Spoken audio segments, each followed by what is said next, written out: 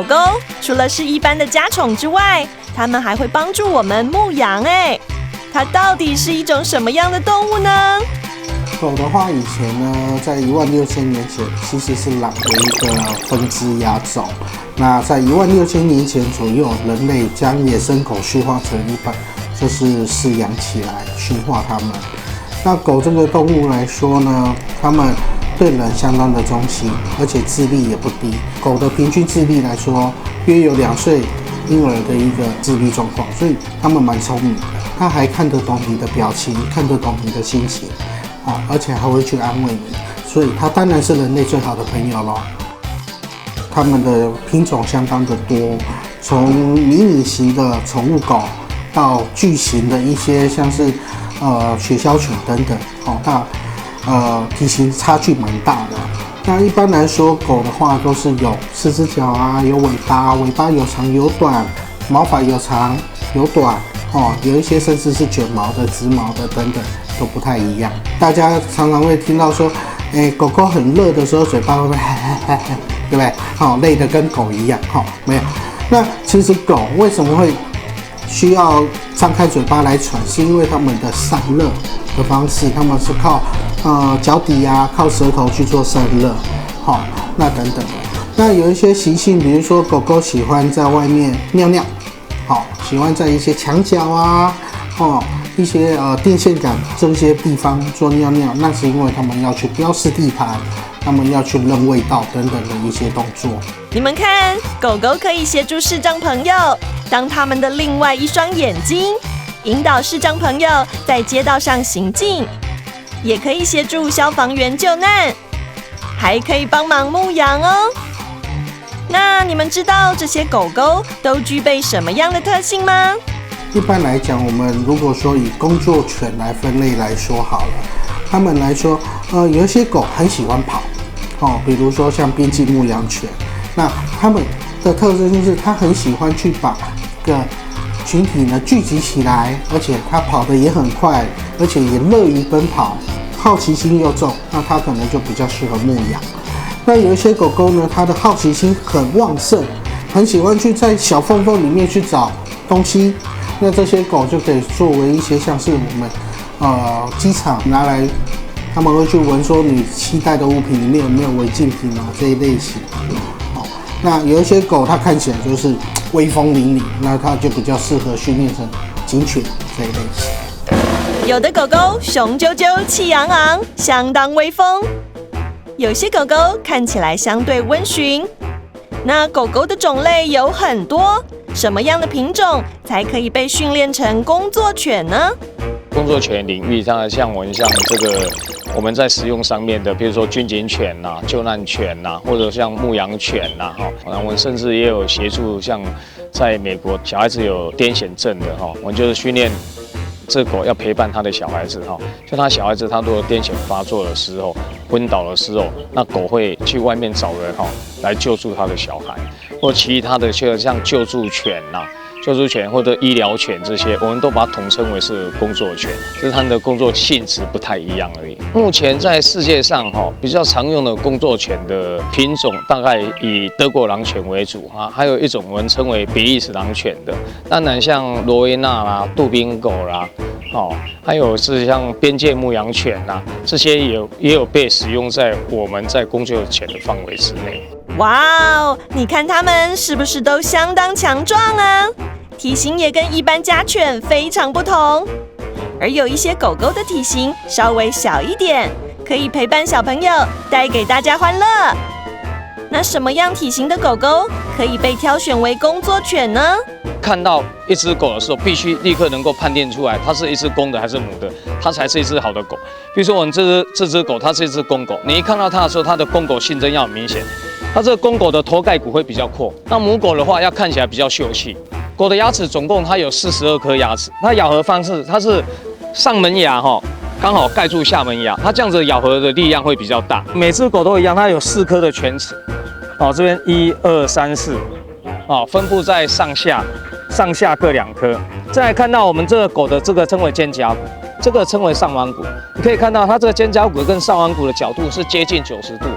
它接近90度的角度的时候，它在推进的时候步伐会最大。这个地方称为前胄骨，你看到它前胄骨有点斜斜的。我们这个角度，它跟地面的角度大概175度。那175度的目的是它为了避震效果，它在跑的时候有一个弹性，有一个缓冲哦，所以狗不容易受伤。狗这个大腿骨跟下腿骨接近120度到130度，因为狼犬它是后驱驱动的犬种哦，所以它这个角度120到130的时候，它在推进的时候最有力量。那我们再看到这一条背线，这一条背线必须是直的。它如果说这个背线是拱起来或者是凹下去的时候，它的力量从后面传导到前面的时候，在中间会消失掉。各位小朋友，虽然我们体型比较大，看起来比较凶，但是你们不要害怕，我的个性其实非常好，非常稳定的，而且要成为工作犬，在性格上都有特别的要求哦。工作犬哦，它最基本的条件哦，我们其实最要求的一项，其实就是狗的秉性。就是狗的秉性必须非常安定哦，就是它在无缘无故状况之下，它不能够去攻击人类哦，不能去攻击其他的动物，这是我们对工作犬最基本的要求。再来就是工作犬它必须具备非常好的活力哦，那当然它的智商啦。它的智商也是我们考量的很重要的一个因素。像我们如果说在训练缉毒啦，或者是搜寻爆猎物啦，或者是做救难这种训练的话，我们应该在1年以内能够将这狗训练完成。好，但是如果说我们要在训练更高阶的东西，例如像我们在世界杯的比赛、IPO 的训练比赛的话，它的训练时间最少要超过2年以上。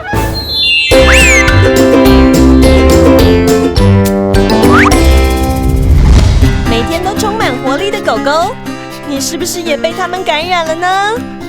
哇，好想跟着狗狗们一起在草地上奔跑、晒晒太阳啊！不过你们知道什么样的生长环境最适合狗狗呢？狗都喜欢低温的环境，因为狗它全身背负着皮毛哈，所以它散热比较不容易哦。所以在夏天让狗工作的话，你必须很注意狗的健康状况啊，越是狗的中暑，狗中暑非常危险哦。我们之前也有看过报道哈，就是救难犬它在实际救难的时候，因为中暑死亡哈。虽然是在救难状况之下，它必须适度的保护这只狗，它不应该让它在炎热状况之下工作时间太长，让它产生中暑的状况。哦，这也是我们在要求所有的训练人员哈，你要把狗训练好之前，你一定要先学会怎么照顾狗，好，怎么保护那一只狗。哦，在草地上奔跑，训练了这么久，当然要好好补充一下体力，等一下才有能量继续练习啦。不过食物有这么多种类，什么样的食物对狗狗的身体比较好呢？最适合它们的还是狗饲料咯。那人的食物大多来讲，妈妈都帮我们做了调味有咸有油，对狗狗来讲并不合适可能会让它们生病，而且它们有好多东西都不可以吃，像是我们小朋友最爱的巧克力像是水果的里面的像是酪梨啊、葡萄啊，这些小狗吃了都会中毒哦。那我们小朋友爱喝的牛奶也不能给狗狗喝，因为它会让狗狗拉肚子。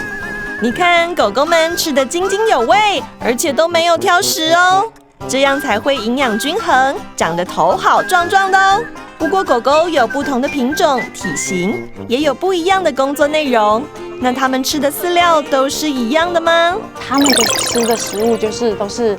狗狗专属可以吃的，属于它们的食物，所以它们就是有它们自己的狗饲料。那狗饲料其实有不同的厂牌，也有不同的口味，所以这个部分我们就会去询问我们的兽医师。像有一些狗狗它的体质可能比较寒，它们就会吃羊肉的；有一些狗狗它的皮肤状况没有那么好，我们就会给它鲑鱼口味的。那有一些狗狗可能吃 A 品牌，它的大便状况没有很好，那我们就会试试 B 品牌，或者是试试 C 品牌，就会因为这只狗的需求、它的特质来去筛选我们饲料的种类。那如果是那些补给品的话，主要也都是兽医师给我们的建议，可能它有泌尿道的问题，那我们就会补充蔓越莓。那它皮屑状况比较多，那我们就会给它鱼油。那我们有一些狗狗可能身体好像比较虚，很容易拉肚子啊、耳朵发炎啊，那我们就会进行中药的调理。那这个中药就是它的附加食品的。你你们是不是都觉得我们很棒，都会乖乖的在厕所里面小便？不过大家会不会很好奇，路上的狗狗为什么都喜欢在电线杆上面尿尿呢？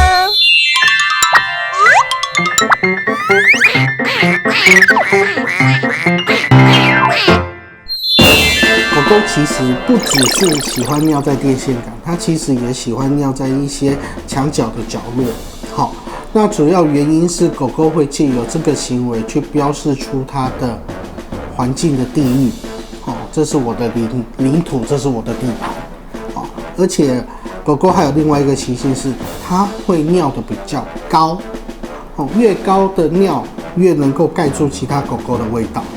你们看，狗狗那长长的尾巴晃啊晃，晃啊晃的。大家知道当它们摇尾巴时是代表什么样的心情吗？绝大部分它们摇尾巴是很快乐的，是好心情的。但是有时候摇尾巴的一个意思是它很好奇，甚至有的时候甚至有点稍微警戒的时候，尾巴也会摇。所以并不是只要看到尾巴在摇就是好心情就靠近它，要小心哦。哇哦，你们注意看，狗狗都乖乖的走在主人的旁边呢。为什么每次我带狗狗出去散步的时候，都常常会被我家的狗狗拉着跑呢？每只狗它原来的本性，它都喜爱自由。它出门散步的时候，因为你用一条短绳子去约束它的行为，约束它，让它没办法自由的活动。所以你会感觉上，它一直拉着你，它在引导你往哪个方向去走。唯一的改善方式就是经过服从的训练，教它说：我希望你是跟在我的脚侧走，你不是拉着我走。你只要把它这个教会以后，你让它知道说，你主人是希望它在旁边跟你一起走，它这个模式自然会改善掉。每一只狗，它没有在接受任何教育之前，它所做的任何事情，没有一件是做错的，只是我们人类不喜欢而已。好，比如说它会跳上你的身体，或者它会咬着你跟你拉扯在玩，它没有一样是做错的，它只是它的本能，只是你不喜欢而已。如果说你真的不喜欢它这方面的动作，你应该给它适度的教育。那狗在学习的时候，它会学习到我们一些简单的语言，比如说我们行跟不行，对跟错，它可以分得清楚。虽然每次跟我们家狗狗玩都觉得非常开心，都会乖乖的把飞盘捡回来给我，但是为什么狗狗有时都不听话，喜欢乱咬东西，破坏家具呢？家里面有很多狗会喜欢乱咬东西，这个就是我们希望繁殖出来的狗。一只狗它如果说不喜欢咬东西的话，你没办法期待它长大以后可以成为一只好的工作犬。喜欢咬东西的狗，我们从小会正面的鼓励它，我们不但不制止它咬东西的欲望，我们还会正面的鼓励它，让它咬的欲望越来越强。然后我们经过后面的服从训练，你只要跟它下不行的指令，跟它下 no， 它一次两次要知道说，主人不希望我做这件事情。就好像我这个哑铃丢出去，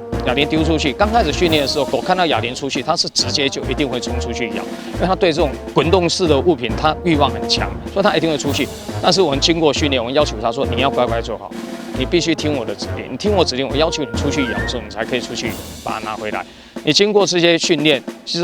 以后，它所有的咬屁的问题都能够迎刃而解。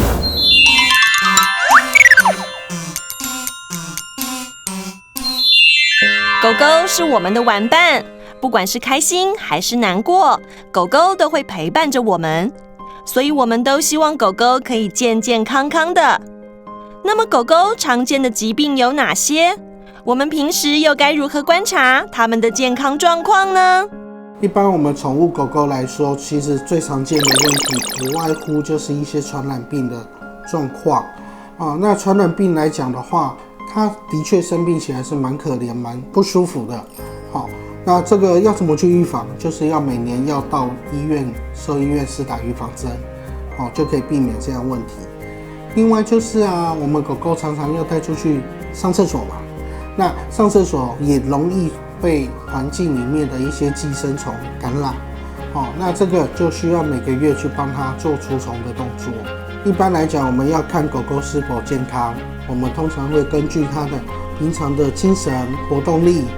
最近的食欲，还有大小便的状况。不要觉得大小便都是臭臭的不理它，没有，你要去看它今天大便有没有一条一条的，还是已经在拉肚子了。那平常呢，每半年到1年都要带狗狗到动物医院检查一次，主要是要看它身体有没有什么病痛，而且每年都需要施打预防针。哇哦，刚出生的狗宝宝一脸无辜的模样，让人忍不住想要去摸摸它，逗它玩。那狗狗的寿命有多长呢？它们的寿命来讲依据狗狗的体型会有不同的年龄的一个范围。大型狗，比如说黄金猎犬、拉布拉多，它们年纪相对上是比较短的。一般来说10岁、12岁就非常非常的老了。但是如果像是吉娃娃、马尔济斯或者是博美这种小型犬，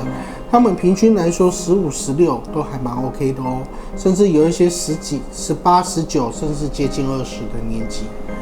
所以的确不同的狗，它的平均年纪也是不同的。要成为一只优秀的工作犬，虽然需要经过层层的考验，并且拥有强健的身体，但是工作犬究竟可以工作到几岁呢？像工作犬，大部分都会被很好的照顾，被很好的照顾，所以它们的寿命应该都会有10几年左右。但是它们真正能够工作的时间大概会在到8岁、9岁的时候就会给它除役。所以我们对狗的健康的管理状况非常非常注重。第一样就是它的饮食必须定量，营养成分够，然后每只狗它的食量大概会不太一样。还有就是它的运动，它的运动我们也会针对每一只狗的状况去增减它的运动的量。那狗必须达到一个好的运动量，它才有好的精神，才有办法工作。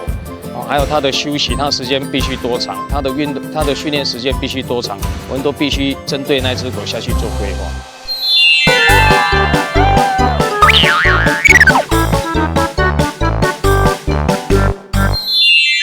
导盲犬是视障朋友非常重要的小帮手，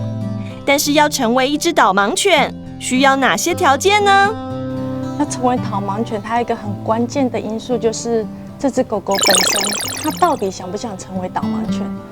它有那个意愿要走在视障者前面去引导他们吗？遇到环境中的各种状况，它会不会主动的去想要怎么去解决？它走着走着，一只猫在那里，哇！我最喜欢猫了，我好想要去跟它玩哦。那这时候它可以克制它自己，为了它的主人安全，它还是专心的在它工作上嘛。所以狗狗它本身的意愿，它的特质是非常重要的。那另外就是它们的健康状况，只有健康的犬只，它才会出去工作。所以我们的狗狗其实都做非常多的检查，像眼睛的检查、心脏的检查、髋关节的检查，还有每年的定期健康检查，这就是为了要去确保他们在服务的过程中，他们的身体状况都是良好的。那我们在把我们的导盲犬提供给视障者使用的时候，我们都很明确的跟他们说，这只狗它的服务年限是绝对不能超过10岁的。那另外每年你都要带你的狗狗去做健康检查，如果兽医师觉得它的健康状况已经有疑虑了，他就要立刻退休。那如果我们工作人员去追踪辅导访视你们状况的时候，觉得这只狗它的执行能力已经没有那么安全了，它也必须要立刻退休。那其实我们很多的视障者，他们是非常非常疼惜他们的导盲犬的。当他们感觉到我的狗狗走的速度越来越慢了耶，拉力越来越小了，走一小段就开始喘了，然后我要出门的时候，它那个动力好像没有那么多嘞。所以虽然还没有到10岁，我们很多的使用者就来跟我们说，我觉得我的狗狗应该要退休了。其实他们是非常舍不得，大概要哭好几次吧。可是为了让他们在健康的还有一些健康的生活，所以我们这边的狗狗很多都是8岁跟9岁就退休了。那退休之后呢，我们就会帮这些导盲犬寻找适合的收养家庭，可以照顾他们，让他们安享晚年。那其实我们机构是非常非常感谢这些愿意收养退休的导盲犬，因为其实那时候他们年纪已经大了，身体开始慢慢退化了，需要的医疗资源其实是很多的，经济的负担也是很大。那可能到后期的时候，他们走路越来越没有力了，甚至是瘫痪了。那寄养家庭会花非常多的心力要去帮他们擦澡，他们想要大便的时候要帮他们撑起后脚，让他们有力气去大便，然后很快的就会面临离别这件事情。所以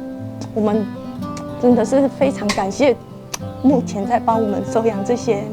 退休的导盲犬的收养家庭。